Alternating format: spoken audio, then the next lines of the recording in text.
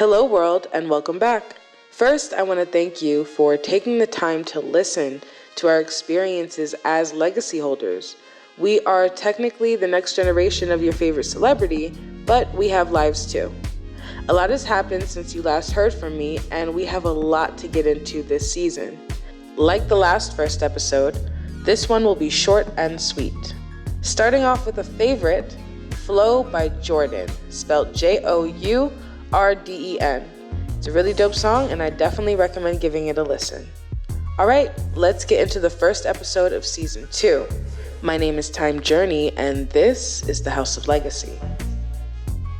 Since Season 1, I've met a lot more legacy holders who are just as inspiring and beautiful as I expected them to be.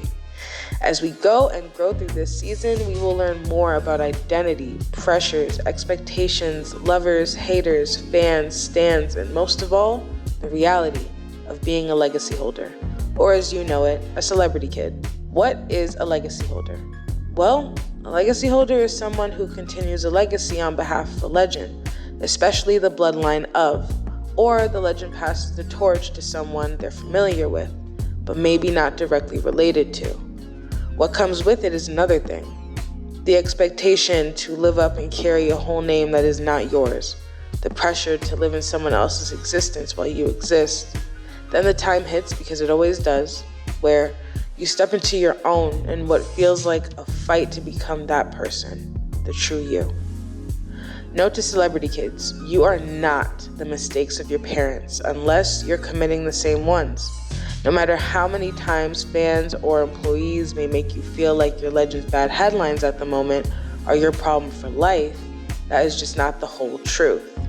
The public may try and understand, but they'll never really know what goes on behind closed doors and what you had to go through to be you.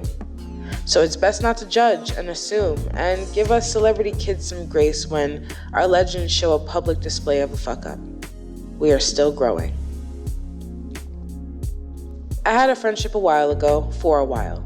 He was like my ideal homie, but like most of my friendships in the past, it always felt one-sided. The only difference between him and the others was that our families were also close. We shared similar hobbies, really were there for each other in dark times, and as we got older, we started to shift career paths separately, but like around the same time. We were growing from music and getting into the film industry. I took the director-screenwriter approach while he was taking the actor-model route, so same direction, just different highways. Over time, I didn't feel as important or understood by him or his family. In certain conversations with them, I was surprisingly reminded of who I was in terms of being KRS-One's daughter, and how I should and can use that to my advantage to advance my film career, and in doing so, everyone else's. But I think at that time, I naturally wanted a real friendship, with no business strings attached, no expectations or judgments of one another, just pure normalcy from my everyday life of being the daughter of a legend. In my mind, that friendship was supposed to be my escape. But long story short, we grew apart, and that was the last real friendship I poured into like that. The biggest lesson I learned from that chapter in my life was to step back from people and step into myself. Today, I can confidently say that reorganizing your core team or friend group is crucial in personal development and major success. People can lead you in the right direction as well as the wrong one.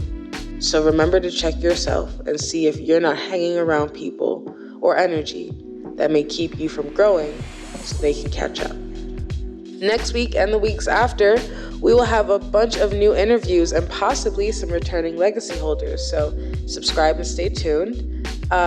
Things have been going great with film. I'm working on a few new projects this summer, and I'm excited to share it with you all. So make sure to follow me on Instagram at Time Journey for more daily updates on where my creativity is at. Closing out this episode with a question. If you could have anything in this world, what would you want? The problem, I think, is that most people don't believe that's true. So therefore, the reality may seem like that's just the way life is, not realizing your choices led you to where you are now.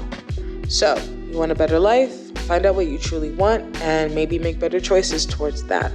Thank you guys for listening. Make sure to like, subscribe, and support your local small-owned business. Bye.